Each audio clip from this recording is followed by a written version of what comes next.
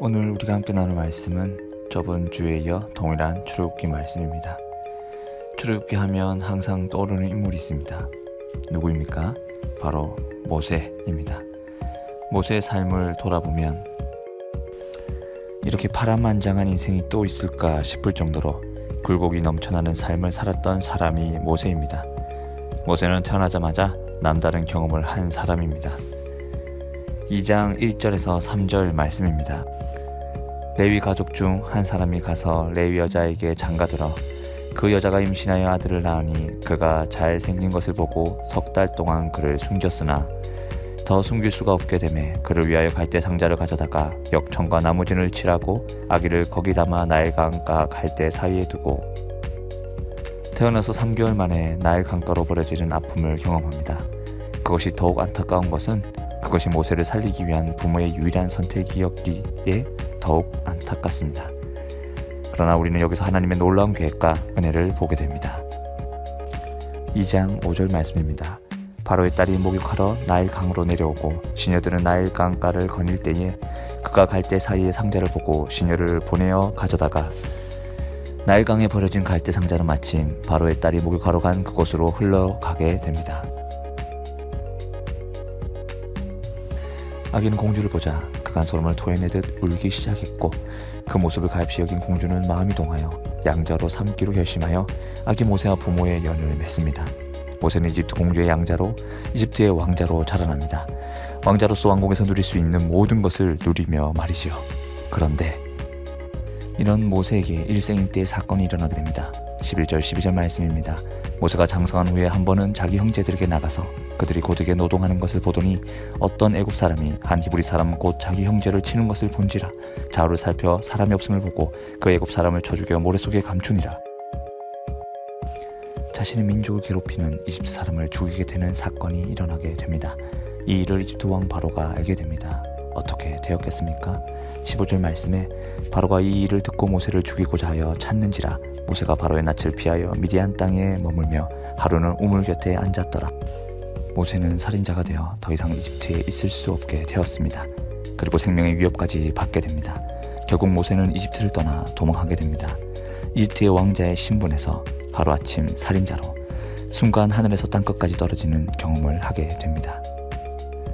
높은 곤좌에 있다 지극히 낮고 낮은 자리로 떨어지게 되었습니다. 모든 것을 잃게 되었습니다.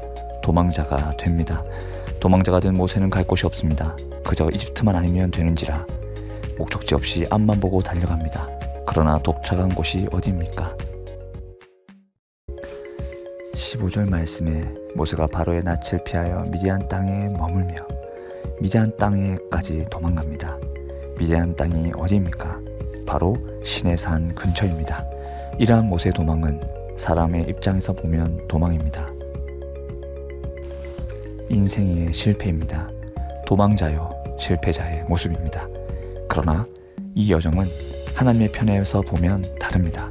그것은 바로 부르심입니다. 왜 이것이 부르심일까요? 모세가 도망하여 도착한 곳이 어디라고 했습니까? 미디안 시내산 근처였습니다. 시내산이 어떤 곳입니까? 후에 모세가 하나님을 만난 곳입니다. 그곳에서 하나님의 음성을 듣고 하나님의 비전을 봅니다.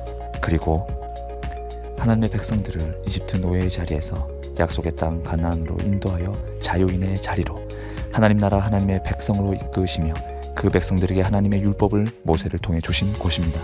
모세가 도망한 곳이 바로 하나님께서 모세를 만나기 위해 준비해 두신 시내산 근처였던 것입니다.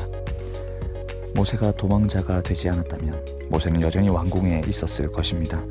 그곳에서 왕자라고 하는 자리에서 신과 같은 자리에 있었던 바로를 바라보며 그 자리를 꿈꾸며 사람들 위에 군림하며 다른 이들과 바로의 자리를 경쟁했을 것입니다.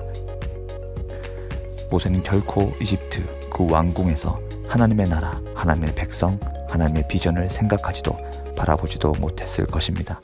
그러나 그가 이집트를 떠나 광야 미디안으로 가서 왕자의 자리에서 내려와 양을 치는 목자의 자리까지 내려왔을 때 그에게 더 이상 이집트는 눈에 들어오지 않았습니다. 바로의 자리는 생각지도 않게 되었습니다. 이제 그가 보게 될 것은 하나님이요, 하나님의 나라요, 하나님의 백성들이요, 하나님께 쓰임받을 자신뿐이었습니다.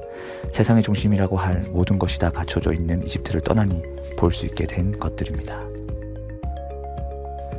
사랑하는 중고등부 여러분, 오늘 이 시간 여러분은 어디에 서 있습니까?